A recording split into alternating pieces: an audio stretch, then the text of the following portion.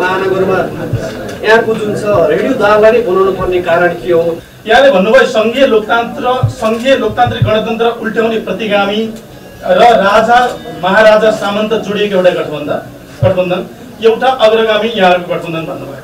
यहाँहरूको सत्तारूढ गठबन्धनमा राष्ट्रिय जनमोर्चा छ जो संघीयता विरोधी हो र अर्को झापामा यहाँले गठबन्धन गर्दै हुनुहुन्छ राष्ट्रिय प्रजातन्त्र पार्टी जो गणतन्त्र विरोधी हो, संवैधानिक राज संस्था चाहिन्छ भनेर। तपाईहरुले फेरि भन्नुहुन्छ कि अर्को पक्षलाई चाहिँ सामन्ती राजा महाराजा जोडिएको र गणतन्त्र उल्ट्याउने षड्यन्त्र प्रतिगामी भनेर अरूलाई आरोप लाउनुहुन्छ। यो कसरी सम्भव भयो? त्यसैगरी यहाँको मार्गदर्शन भएको धेरै भइसक्यो, पूर्ण त पाउन सकिरहेको छैन। हिमालय अध्यक्षले तपाईहरुको त एकल साँझ भनेर दिइराख्नु भएको छ हैन? के भन्नुहुन्छ यहाँ कुराहरु? तपाईहरु एउटा महानगर र उपमहानगरपालिकाको तालमेलको कुरा चलिरहँदा तल हामी यो तालमेलको पक्षमा छैनौं भनेर आइरहेको छ। यस्तो अवस्थामा तपाईहरु तल कसरी जानु? सबभन्दा पहिला त म हाम्रो पार्टीको केन्द्रीय प्रचार विभागलाई धन्यवाद भन्न चाहन्छु। तपाईहरुले अबदेखि नियमित रूपमा हप्ताको एकचोटि पत्रकार भेटघाट कार्यक्रम राख्ने र सूचनाहरू सम्प्रेषण गर्ने जो कार्यक्रम राख्नुभएको छ त्यसको लागि पत्रकार साथीहरू तपाईहरुलाई सबै थाहा छँदैछ। अब देश निर्वाचन प्रक्रियामा होमिनै सकेको छ। पहिला स्थानीय तहको निर्वाचन वैशाख 30 गते तोकिएको छ र त्यो प्रक्रियामा सबै राजनीतिक दलहरू सक्रियतापूर्वक आफ्नो स्थिति सुदृढ गर्नको लागि देशव्यापी अभियानमा छन्। तर फेरि बीचबीचमा निर्वाचन के हुन्छ भन्ने प्रश्न पनि मिडियाहरूमा र विभिन्न व्यक्तिहरूले यसलाई आशंकाको रूपमा हेर्ने गरिएको छ। म चाहिँ बडो प्रष्टसँग के भन्न चाहन्छु भने निर्वाचन सर्दैन, वैशाख 30 गते नै निर्वाचन हुन्छ। भर्खरै म गठबन्धनको बैठकबाट उठेर नै यहाँ आएको छु र गठबन्धन पुरै दृढताको साथ निर्वाचनको अन्तिम तयारीतिर जुटिरहेको छ। निर्वाचन सर्ने सम्भावना कहीँ कतै देखिएको छैन। तर नेपालमा बडो विचित्र के हुने गरेको छ भने निर्वाचनको दिन बिहान पनि होइन निर्वाचन सर्छ रे नि भन्ने चाहिँ बडो विचित्रको संस्कार चाहिँ हामी कहाँ बनेको छ। विगतमा पनि संविधान सभाको निर्वाचनमा होस् या 74 को निर्वाचन या प्रादेशिक संघीय निर्वाचनको सन्दर्भमा पनि निर्वाचनको दिन पनि निर्वाचन सर्छ भन्छन् नि भन्ने चर्चा चलिराख्ने गर्यो। म तपाईँ सम्पूर्ण पत्रकार मित्रहरू मार्फत आम नेपाली जनतालाई सबै राजनीतिक दलहरूलाई भन्न चाहन्छु निर्वाचन सर्दैन। कम्तीमा सरकारको र सरकारमा भएका कुनै पनि पार्टीहरूको निर्वाचन सार्ने कुनै मनसाय छैन र गठबन्धन सम्पूर्ण रूपले निर्वाचनको तयारीमा होमिसकेको छ। म तपाईहरुलाई यो पनि जानकारी गराउन चाहन्छु आज हामी बेलुकासम्म देशका 6वटै महानगरपालिका र 11वटै उपमहानगरपालिकामा गठबन्धनको बीचमा समझदारी बनाउने हामी चाहिँ प्रयासमा छौं र झन्डै महानगर टुङ्गिनीको नजिक पुगेपछि म यही पत्रकार सम्मेलन भएको हुनाले उठेर आएको छु। यहाँबाट पनि म सिधै गठबन्धनको बैठकमा जहाँ कार्यदल समेत हामी बैठक बसेका छौं। मलाई विश्वास छ आज बेलुकासम्म हामीले महानगर र उपमहानगरपालिकामा गठबन्धन भित्र गरिने तालमेल बारे एउटा निष्कर्षमा पुग्छौं। त्यसपछि नगरपालिकाहरू र गाउँपालिकाहरू यो सबैको निम्ति हामीले अधिकार प्रत्यायोजन गरेर तल दिएकै छौं र आज बेलुकासम्म तलको सम्पूर्ण रिपोर्टहरू केन्द्रित गर्ने र सकेसम्म भोलिसम्म एउटा निष्कर्षमा पुग्ने हाम्रो कोसिस छ। कारण मैले दुईटा कुरा बडो प्रष्टसँग भन्न चाहन्छु निर्वाचन सर्दैन। जति मिडियामा आएको छन् त्यो अनुमानकै भरमा आएका छन्। यो कुरा पनि म तपाईहरुसँग फेरि एकचोटि दोहोर्याएर भन्न चाहन्छु 2-3 महिना अगाडि हामीले संविधान र कानुनको अन्तर्विरोधको सन्दर्भमा छलफल अवश्य गरेका थियौं। तर त्यसमा निर्वाचन आयोग र सबै राजनीतिक दलहरूको चाहिँ समझदारीले हामीले निर्वाचनतिर नै जानु उपयुक्त हुन्छ भनिसकेपछि गठबन्धन भित्र निर्वाचन सार्ने बारे कुनै पनि तर्क वितर्क हाम्रो भएको छैन। हामी निर्वाचनको तयारीमा नै केन्द्रित भएर लागेका छौं र म आम मतदाताहरूसँग पनि अपील गर्न चाहन्छु निर्वाचन वैशाख 30 गते नै हुन्छ र त्यसको तयारीमा आफ्नो ठाउँबाट सहयोग गर्न योगदान गर्न म सबैसँग अपिल पनि गर्न चाहन्छु। दोस्रो कुरा मैले भन्ने यो छ। तेस्रो कुरा तपाईँ हामी सबैलाई थाहा छ, हामी गत सालदेखि अहिलेसम्म आउँदा एउटा बडो पेचिलो अन्तर्विरोधमा नेपालका राजनीतिक दलहरूभित्र चाहिँ त्यो अन्तर्विरोधको प्रक्रिया अगाडि देखा पर्यो। एउटा संविधानलाई चाहिँ कुनै न कुनै तरिकाले संविधानलाई घात गर्ने, सङ्घीय लोकतान्त्रिक गणतन्त्रलाई उल्ट्याउन खोज्ने अलि अतिवादी खालको प्रवृत्ति, अराजकतावादी र हामीले त्यसलाई प्रतिगमनकारी पनि भन्यौँ र प्रतिक्रान्तिको प्रवृत्ति भन्यौँ, त्यो प्रवृत्ति देखा पर्यो र त्यसका विरुद्ध सङ्घर्षको स्थिति भयो। त्यही सङ्घर्षको क्रममा गठबन्धन तयार पनि भयो। सडक सङ्घर्ष हुँदै गठबन्धन हुँदै अदालत र राष्ट्रपति कार्यालयसम्म गइसकेपछि एउटा नयाँ सरकार आयो। यो हामी सबैलाई थाहा भएकै कुरा हो र अझै पनि सङ्घीय लोकतान्त्रिक गणतन्त्र, समावेशी समानुपातिक प्रणाली र धर्मनिरपेक्षतालाई कुनै न कुनै रूपले उल्ट्याउन चाहने प्रवृत्ति अहिले पनि देखा परेको छ। एउटा प्रवृत्ति जो हिजोका सामन्त राजा महाराजा र उसँग सम्बन्धित पार्टीहरूसँग गठबन्धन गर्न खोज्ने लोकतन्त्रवादी र वामपन्थीहरूसँग भन्दा चाहिँ प्रतिगामी शक्तिहरूसँग गठबन्धन गर्न खोज्ने प्रवृत्ति र अर्को सङ्घीय लोकतान्त्रिक गणतन्त्र अनि संविधान र राष्ट्रियताको रक्षा गर्न खोज्नेहरूको बिचमा गठबन्धन। तपाईँ हामीले देखेका छौँ दुईटा गठबन्धनका। तपाईँ गठबन्धनका पार्टीहरूका अनुहार राम्रोसँग हेर्नुभयो भने कुन गठबन्धन लोकतन्त्रवादी परिवर्तनकारी सङ्घीय लोकतान्त्रिक गणतन्त्रको पक्षधरको गठबन्धन हो र कुन त्यसलाई उल्ट्याउन खोज्ने हो भन्ने कुरा प्रष्टै देखिन्छ। त्यही यो निर्वाचन एकचोटि फेरि प्रतिगमन विरोधी आन्दोलन हिजो जसले हामी देशका अत्यधिक धेरै राजनीतिक दलहरू, तपाईँ पत्रकार साथीहरू सबै जसो नै झन्डै मैले हेर्दा त 99% पत्रकारहरू, बुद्धिजीवीहरू, नागरिक समाजका अगुवाहरू, नागरिक आन्दोलनका अगुवाहरू, न्याय क्षेत्रमा काम गर्ने सबै पूर्व प्रधान न्यायाधीशदेखि न्याय क्षेत्रका सबै वरिष्ठ व्यक्तित्वहरू र आम नेपाली जनताको समेत पहल कदमीमा संविधान विरोधी जो प्रतिगामी कसरत आएको थियो त्यसलाई असफल तुल्याइएको हो। अहिले पनि ती सबै शक्तिहरू जो हिजो पटक पटक असंवैधानिक र अलोकतान्त्रिक तरिकाले बडो निरङ्कुश र निर्मम तरिकाले संविधान मिच्ने प्रवृत्ति देखा परेको थियो, जसका विरुद्ध नेपाली समाजका सबै वर्ग, जाति, क्षेत्र, लिङ्ग, समुदाय, पत्रकार, बुद्धिजीवी, नागरिक आन्दोलन सबै एक भएर हामी लडेर त्यसलाई परास्त गरिएको थियो।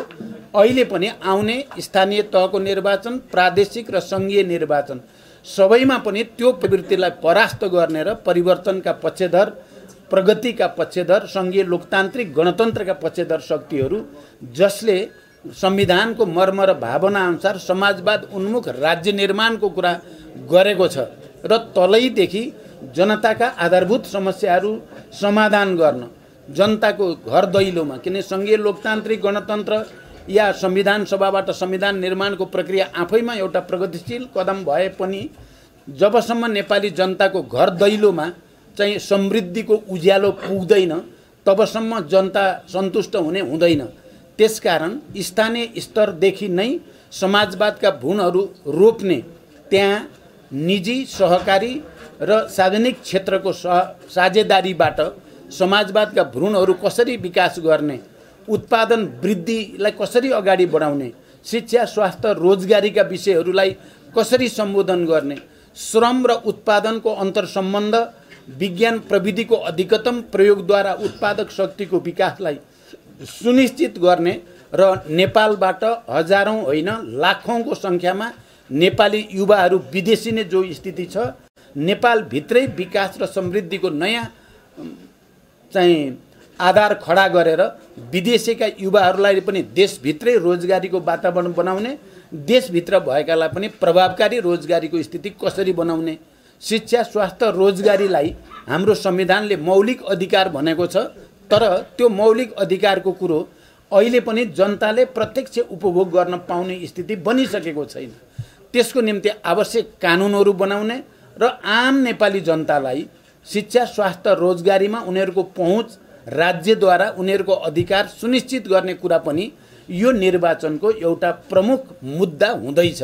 र हामी तपाईहरुलाई थाहा छ नेकपा माओवादी केन्द्रले राष्ट्रिय महाधिवेशनमा आजको विश्व परिस्थिति, आजको विज्ञान प्रविधिको विकासको स्थिति खास गरिकन मैले अलि बढी मेहनत गरेर यसलाई नेपालको समाजवादको बाटो कस्तो हुन्छ भन्ने क्रममा आइन्स्टाइनको थ्योरी अफ रिलेटिभिटी, सापेक्षतावादको सिद्धान्त, क्वान्टम मेकानिक्स र अहिले ग्लोबलाइजेसन र डिजिटलाइजेसनसम्म आउँदा आईटी क्षेत्रमा खास गरी इन्फर्मेसन टेक्नोलोजीमा भएको रिभोल्युसनको प्रभाव मानिस बीचको सम्बन्धमा कस्तो परेको छ, देशको बीचमा सम्बन्धमा कस्तो परेको छ र स्थानीय जनता आम जनताको चाहिँ जीवनमा के प्रभाव परेको छ भन्दै स्थानीय तहदेखि नै प्राकृतिक साधन स्रोतमाथि स्थानीय जनताको अधिकार सुनिश्चित गर्ने, त्यहाँ विकास र समृद्धिको निम्ति विज्ञान प्रविधिको प्रयोग गरेर उत्पादन अभिवृद्धि गर्ने र हर क्षेत्रमा जनताको पहिचान र अधिकारलाई स्थापित गर्ने कुरा भनिएको छ। र हामी आउने निर्वाचनमा स्थानीय तहको निर्वाचनमा नि त्यही अपिल गरेर अगाडि बढ्दैछौँ र आउने प्रदेश र सङ्घको निर्वाचनमा पनि हामीले जनताका मूलभूत समस्याहरूलाई सम्बोधन गर्ने कुरामा जोड दिएका छौँ। र मैले अन्तिममा तपाईहरुसँग सुरुमा मैले राख्दा यो परिवर्तन जो आएको छ यो सजिलै आएको परिवर्तन होइन।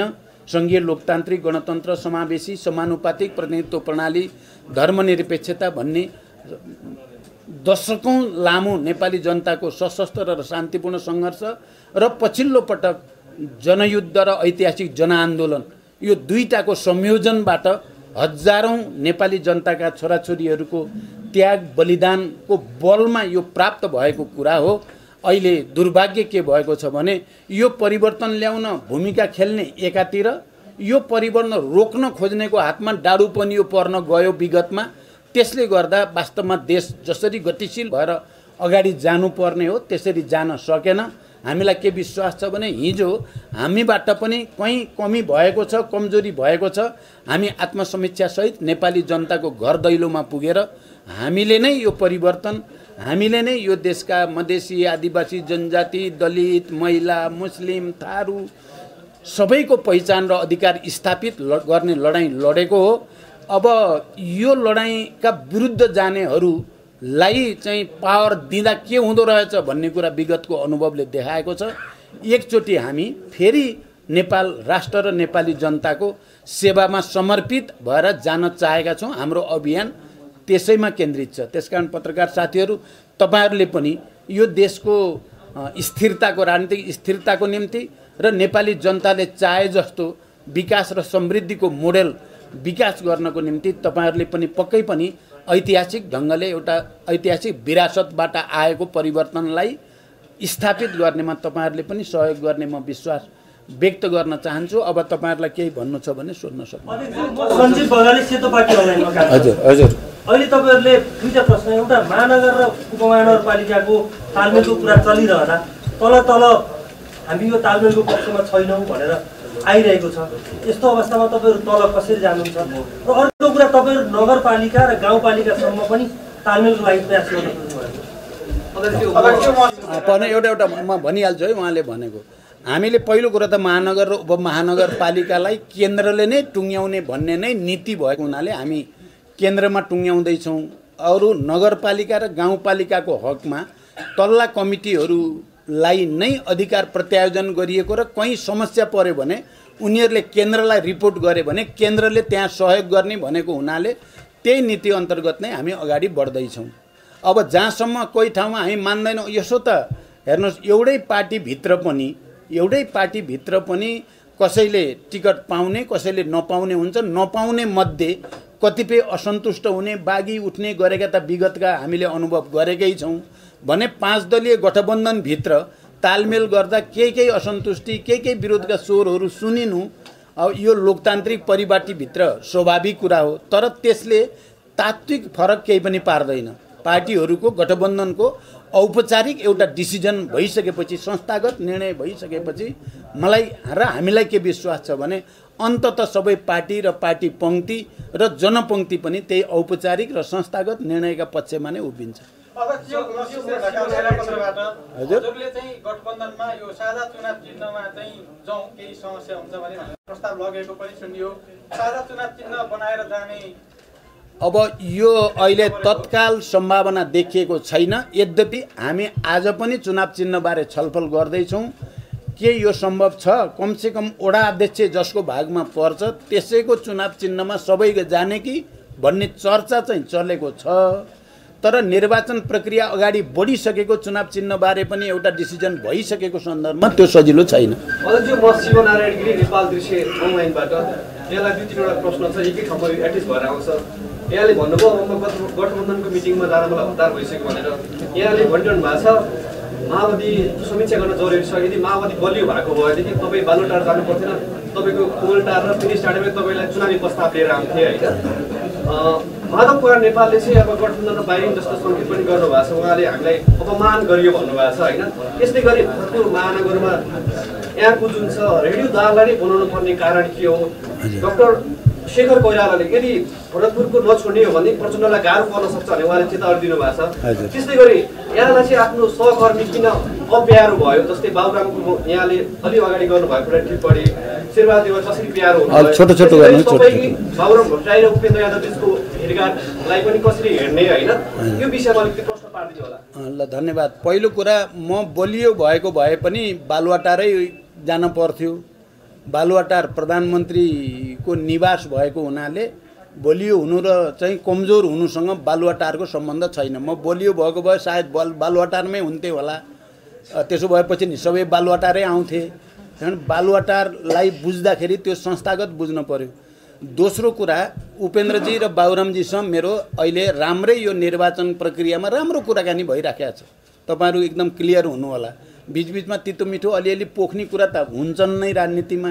तर अहिले यो चाहिँ तालमेल गर्ने कुरामा बाबुरामजी, उपेन्द्रजी लगायत सबै पार्टीहरूसँग सौहार्दपूर्ण ढङ्गले कुरा भइराखेको छ। सम्भवतः धेरै ठाउँमा हामीहरूको कुरा मिल्छ भन्ने नै मैले देखेको छु। दोस्रो कुरा। तेस्रो कुरा, भरतपुरै नभई भएन, रेनु नै नभई भएन भन्ने हाम्रो कुनै अडान होइन। तपाईँहरू प्रष्ट हुनु होला। अघि भर्खरै पनि 6वटा महानगरपालिका छन्। 6वटा महानगरपालिकामा एउटा त माओवादी केन्द्रलाई पर्ने नै होला। गठबन्धनकोले काठमाडौँ दिने भने पनि ठिकै छ, विराटनगर दिने भने पनि ठिकै छ, भरतपुर होइन भने पनि ठिकै छ भनेको छु मैले। तपाईँ यहाँ भ्रम पार्न खोजेछ भरतपुरै चाहिने, रेनु नै चाहिने भन्ने होइन। तर अहिले पहिला रेनुले जितिराखेको र भरतपुर हाम्रोमा भएको हुनाले सजिलो त्यही हुन्छ भने त्यो पनि ठिकै छ भनिएको मात्रै हो। त्यसकारण यो कुरामा कोही कन्फ्युजन नहोस्। अब 6वटामा 6वटै एउटालाई दिन सक्ने स्थिति पनि छैन। माओवादीलाई एउटा पनि नदिएर अरू सबैले बाँड्ने भन्ने पनि त स्थिति छैन। गठबन्धन भइसकेपछि त कम्तीमा एउटा त माओवादीलाई पर्ने नै भयो नि त। त्यो एउटा पर्नेमा सजिलो जुन हुन्छ त्यही भए हुन्छ भनेका छौँ हामीले। र मोटामोटी चाहिँ फेरि सबै साथीहरूको भित्री मनमा के छ भने भरतपुरै दिनु उचित छ भन्ने काङ्ग्रेसलाई पनि लागेको छ, धेरैलाई, केही नलाए मात्रै होला। त्यसकारण हामी अहिले बेलुकासम्म टुङ्ग्याउँछौँ। हामी हो। अब यदि गठबन्धनभित्र सहमति सबैको बिचमा भएन भने जसको बिचमा सहमति हुन्छ त्यस देशको बिचमा सहमति गरेर हामी अगाडि जान्छौँ। अब कसैसँग भएन भने एक्लै भिड्ने तयारी त हामीले 3 महिनादेखि गरेकै छौँ नि। सहमति नै भएन भने त्यतिकै बस्ने त कुरा हुँदैन, भिडेर जाने कुरा नै हुन्छ। र त्यो स्थितिमा जित्ने अहिले सम्भावना माओवादी केन्द्रकै बढी देख्छु मैले चाहिँ। किनभने जनताले बुझिसके देश सङ्कटमा परेको बेला बचाउने को रहेछ, यो परिवर्तनप्रति इमान्दार, गम्भीर र जिम्मेवार को रहेछ, सङ्कट मोचन कसले गर्छ देशको भन्ने कुरा जनताले बुझेको हुनाले यो पटक माओवादी केन्द्र एक्लै गयो भने पनि चाहिँ राम्रै हुन्छ। तर हामी गठबन्धनबाटै जान्छौँ, गठबन्धनभित्रैबाट जान्छौँ। गठबन्धनभित्र मात्रै भनेको चाहिँ 5वटैको सहमति नहुन पनि सक्छ।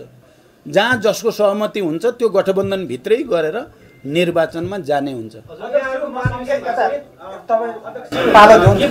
जस्तो हजुरले अगाडि भन्नुभएको थियो महानगरपालिकामा लगभग हाम्रो सहमति भइसकेको छ, बाँकी रहेको उपमहानगरपालिकामा पनि हामी बेलुकासम्ममा टुङ्गोमा पुग्छौँ भन्नुभएको थियो। यसरी हेर्दा कसरी सहमति को नजिक हुनुहुन्छ, कसरी तालमेल गर्ने कुरा भएको छ? र अर्को कुरा भनेको उतापट्टि नेकपा एमाले राप्रपा नेपालसँग तालमेल गर्ने निर्णय गरेछ, त्यस्तै परिवार दल भन्नेसँग, र अर्को गोविन्द राज जोशी समूह जुन तनहुँको नेता हुनुहुन्छ, कङ्ग्रेसको पूर्व नेता भनौँ, उहाँसँग पनि तालमेल गर्ने निर्णय गरेछ।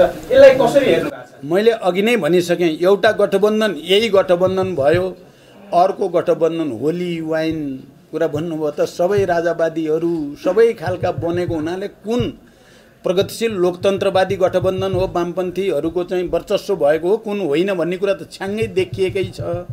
यो पहिलो कुरा। दोस्रो कुरा, गठबन्धनभित्र हामीले महानगरपालिकाकोमा अहिले भएको पछिल्लो छलफल तपाईँहरूलाई म प्रष्टै भन्न चाहन्छु। 6वटा महानगरपालिका मध्ये नेपाली कङ्ग्रेसले 3टा महानगरपालिका लियोस्, 3टा चाहिँ माओवादी केन्द्र, एकीकृत समाजवादी र जनता समाजवादी पार्टीले एउटा लियो भने यो न्यायपूर्ण हुन्छ र चुनाव जित्न सजिलो पनि हुन्छ भन्ने लाइनमै छलफल भएको छ। मैले भनेको यही लाइनमा करिब हामी निष्कर्षको नजिक छौँ भनेको हो। उपमहानगरपालिका पनि यही लाइनभित्रपट्टि, तपाईँले जस्तो महानगरपालिकाको बाँडफाँडको मोडेल सुन्नुभयो, त्यही मोडेलभित्रबाट उपमहानगरपालिका पनि टुङ्ग्याउने हाम्रो प्रयास छ। अन्तिम एउटा प्रश्न म श्यामसुन्दर कुडासेनी नेपालभिउज.com बाट। यहाँले अघि नै जनतालाई अपिल गर्नुभयो 2वटा गठबन्धन छ, तपाईँहरूले विचार गर्नुहोस् 2वटा गठबन्धनमा कुन उपयुक्त हुन्छ भनेर। यहाँले भन्नुभयो सङ्घीय लोकतान्त्रिक गणतन्त्र उल्ट्याउने प्रतिगामी र राजा महाराजा सामन्त जोडिएको एउटा गठबन्धन, एउटा अग्रगामी यहाँहरूको गठबन्धन भन्नुभयो। यहाँहरूको सत्तारूढ गठबन्धनमा राष्ट्रिय जनमोर्चा छ जो संहिता विरोधी हो, र अर्को झापामा यहाँले गठबन्धन गर्दै हुनुहुन्छ राष्ट्रिय प्रजातन्त्र पार्टी जो गणतन्त्र विरोधी हो, संवैधानिक राज संस्था चाहिन्छ भनेर। तपाईँहरूले फेरि भन्नुहुन्छ कि अर्को पक्षलाई चाहिँ सामन्ती राजा महाराजा जोडिएको र गणतन्त्र उल्ट्याउने षड्यन्त्र प्रतिगामी भनेर अरूलाई आरोप लाउनुहुन्छ। यो कसरी सम्भव भयो? अनि अर्को भनेको गठबन्धन दलमा सहमति भएन भने गठबन्धनमा भएका दलसँग मित्रवत प्रतिस्पर्धा हुनेछ यहाँहरूले भन्दै आउनु भएको छ। भनेको मतलब सत्तारूढ दलसँग चाहिँ मित्रवत प्रतिस्पर्धा र विपक्षी दलसँग चाहिँ शत्रुतापूर्ण प्रतिस्पर्धा गर्छौँ, निषेध गर्छौँ एमालेलाई भन्न खोज्नु भएको हो कि के हो? अलिक प्रश्न पार्नु। अब यो कुरा तपाईँले मलाई लाग्छ बुझेर पनि सोध्नुभयो, फेरि दोहोऱ्याएर तपाईँको पनि कुनै मनसा आयो होला प्रश्न सोध्नुको पछाडि। एउटा कुरा के हो भने, पहिलो कुरा झापामा हाम्रो कोही राप्रपासँग यता भयो गठबन्धन भयो भन्ने कुरा सत्य होइन। कुनै खास ठाउँमा कुनै खास व्यक्तिको सन्दर्भमा कुरा हुन पनि सक्ला, लोकल लेभलमा हाम्रो भएको छैन। यो पहिलो कुरा। दोस्रो कुरा, हिजो नेकपा जुन मनसायले देशको राजनीतिक स्थायित्व विकास र समृद्धिको निम्ति भनेर गरिएको थियो, त्यो 2टा मूलभूत कुराले त्यो भङ्ग भएको हो भन्ने कुरा तपाईँहरूलाई थाहा छ। एउटा धर्मनिरपेक्षताको ठाउँमा हिन्दू अतिवादतिर जान खोज्ने प्रवृत्तिका कारणले पनि समस्या पैदा भएको हो। तपाईहरुले यो कुरा त बुझ्नु भएको छ नि। अहिले गठबन्धनभित्र यो विषय उठेको पनि छैन, तर अर्को गठबन्धनमा त यही त मुख्य विषय छ। त्यसकारण हामी धर्मनिरपेक्षताको पक्षधर हो या होइन भन्ने कुरा एउटा विषय भएको छ। अर्को, हामी यो संविधानमा भएको अग्रगामी चाहिँ धाराहरू र प्रवृत्तिलाई हामी रक्षा गर्न चाहेको हो कि भङ्ग गर्न चाहेको हो? तपाईँ राप्रपा भन्नुहोस् या राजा नै फर्काउन पर्छ भन्ने पार्टीहरूसँग गठबन्धन गर्नुको तात्पर्य गणतन्त्रको रक्षाको निम्ति हुन सक्छ त? अनि हाम्रो गठबन्धनभित्र कोही गणतन्त्र विरोधी देख्नु भएको छ त भन्दा यो त दिनको घाम जतिकै छर्लङ्ग छ नि। मलाई लाग्छ यो पटक नेपाली जनताले एकचोटि फेरि ऐतिहासिक फैसला गणतन्त्रकै पक्षमा, परिवर्तनकै पक्षमा, संहिताकै पक्षमा, समावेशी समानुपातिकताकै पक्षमा गर्छन्। हाम्रो अपिल त्यही हो र विश्वास पनि त्यही हो। हस् त, ल धन्यवाद। आन्तरिक उहाँले आन्तरिक के भन्दै हुनुहुन्छ? आन्तरिक नियमित पत्रकार सम्मेलन हुन्छ भन्ने भएको छ होइन? यहाँहरूको जुन अर्थमन्त्री फेर्ने कुराहरू पनि आइरहेको छ गभर्नर निलम्बनपछि। त्यस्तै गरी यहाँको महाधिवेशन भएको धेरै भइसक्यो, कुरा त पाउन सकिरहेको छैन। एमाले अध्यक्षले तपाईँहरूको त एकल साँझ भनेर दिइरहनु भएको छ होइन? के भन्नुहुन्छ यो आन्तरिक कुराहरू तपाईँहरू? हाम्रो महाधिवेशनले दस्तावेजहरू सम्पूर्ण हाम्रा नीति योजना कार्यक्रमहरू सर्वसम्मत रूपले पारित गर्यो, यो पहिलो कुरा। अनि महाधिवेशनले केन्द्रीय समिति पनि सर्वसम्मत रूपले पारित गर्यो, निर्वाचित गर्यो। दोस्रो कुरा, अध्यक्ष पनि केन्द्रीय समितिले सर्वसम्मत रूपले निर्वाचित गर्यो, तेस्रो कुरा। चौथो कुरा, अब निर्वाचन अगाडि आएको हुनाले अरू पदाधिकारी निर्वाचनपछि गरौँला भनेर सर्वसम्मत रूपले निर्णय गरिएको छ। त्यसकारण अधुरो अपुरो भन्न हाम्रो केही पनि छैन। सचेत रूपले निर्वाचन केन्द्रित हुने उद्देश्यका निम्ति हामी अगाडि बढेका छौँ। त्यसकारण त्यस्तो छैन। एकल हामी होइन, कुरा पनि जसले दस्तावेजमाथि 8 दिन बहस गराएर ग्रुप डिस्कसन गराएर सबै चाहिँ सुझावहरू केन्द्रित गरेर परिमार्जनसहित पास गर्ने कसरी एकल भयो, अनि जबरजस्ती चाहिँ अब चाहिँ दस्तावेज पनि छैन, नीति पनि छैन, सिद्धान्त पनि छैन, एकलौटी गर्न खोज्ने कसरी डेमोक्रेटिक भयो, यो त तपाईँहरूले राम्रोसँग बुझ्ने कुरा हो। धन्यवाद। होइन होइन, अहिले त्यो कुरा कहीँ एजेन्डामा छैन, चर्चामा पनि छैन। यो अन्तिम है।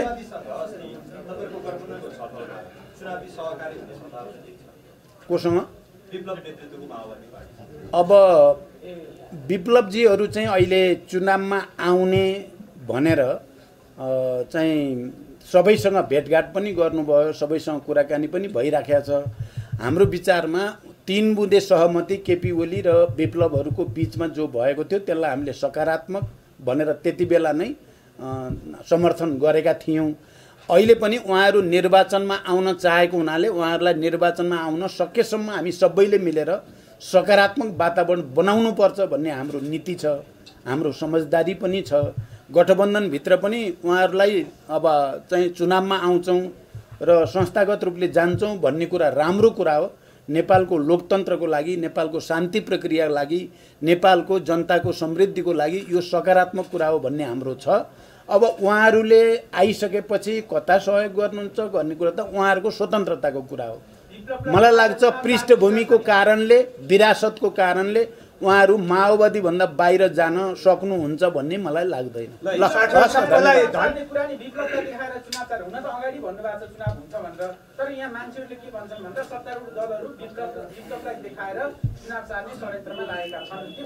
बिल्कुल छैन, बिल्कुल छैन।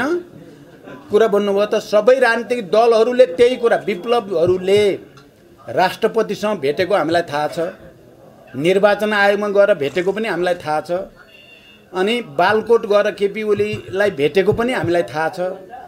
चुनाव सार्दिन पर्यो भनेर उहाँहरूले भन्दै गर्दा हामी देशभरि चुनावी अभियानमा हिँडिरहेका छौँ, यो तपाईँहरूले देखिराख्नु भएको छ।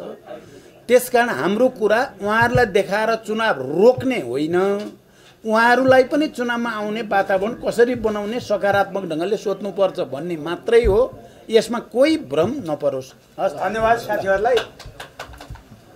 समापन होइन सर, यो यही समापन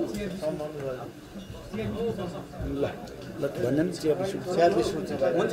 चिया खाएर ल, बिचबिचमा निर्वाचन के हुन्छ भन्ने प्रश्न पनि मिडियाहरूमा र विभिन्न व्यक्तिहरूले यसलाई आशंकाको रूपमा हेर्ने गरिएको छ। म चाहिँ बडो प्रष्टसँग के भन्न चाहन्छु भने निर्वाचन सर्दैन, वैशाख 30 गते नै निर्वाचन हुन्छ। भर्खरै म गठबन्धनको बैठकबाट उठेर नै यहाँ आएको छु र गठबन्धन पुरै दृढताको साथ निर्वाचनको अन्तिम तयारीतिर जुटिराखेको छ। तर नेपालमा बडो विचित्र के हुने गरेको छ भने निर्वाचनको दिन बिहान पनि होइन, निर्वाचन सर्छ रे नि भन्ने चाहिँ बडो विचित्रको संस्कार चाहिँ हामी कहाँ बनेको छ। विगतमा पनि संविधान सभाको निर्वाचनमा होस् या 74 को निर्वाचन या प्रादेशिक सङ्घीय निर्वाचनको सन्दर्भमा पनि निर्वाचनको दिन पनि निर्वाचन सर्छ भन्छन् नि भन्ने चर्चा चलिराख्ने गर्यो। म तपाईँ सम्पूर्ण पत्रकार मित्रहरू मार्फत आम नेपाली जनतालाई, सबै राजनीतिक दलहरूलाई भन्न चाहन्छु, निर्वाचन सर्दैन। कम्तीमा सरकारको र सरकारमा भएका कुनै पनि पार्टीहरूको निर्वाचन सार्ने कुनै मनसायत छैन र गठबन्धन सम्पूर्ण रूपले निर्वाचनको तयारीमा होमिसकेको छ।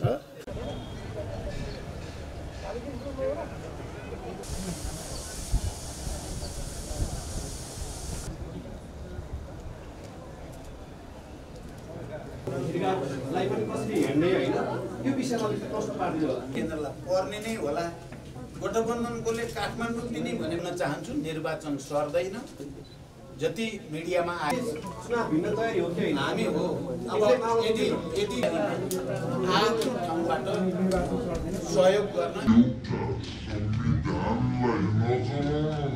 गठबन्धन गर्न खोज्ने लोकतन्त्रवादी वामपन्थीहरू खोज्ने अलि अतिवादी खालको प्रवृत्ति राष्ट्रको प्रवृत्ति भन्यौँ त्यो प्रवृत्ति देखा पर्यो र संविधान र राष्ट्रियताको रक्षा गर्न खोज्नेहरूको बिचमा सडक सङ्घर्ष हुँदै गठबन्धन हुँदै एकचोटि फेरि प्रतिगमन विरोधी आन्दोलन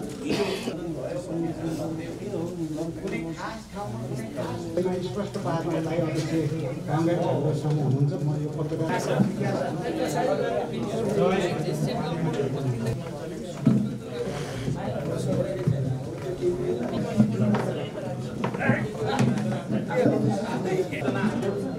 सम्प्रेषण गर्ने काम त्यता गर्न सक्नुभएको छ त्यसले गरी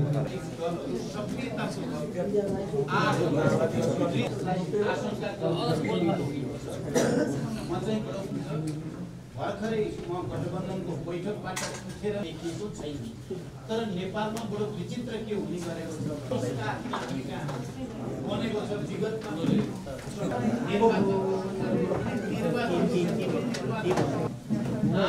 राम्रो खतरा खालको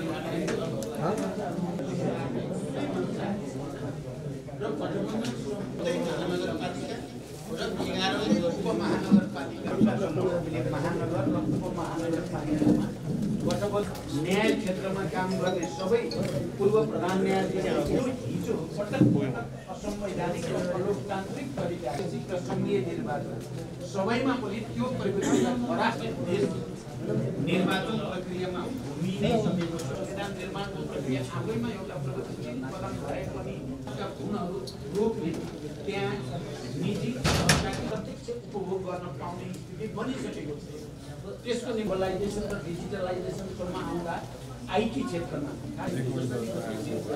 अगाडि जानुपर्ने हो त्यसरी जान तपाईँहरूले पनि यो देशको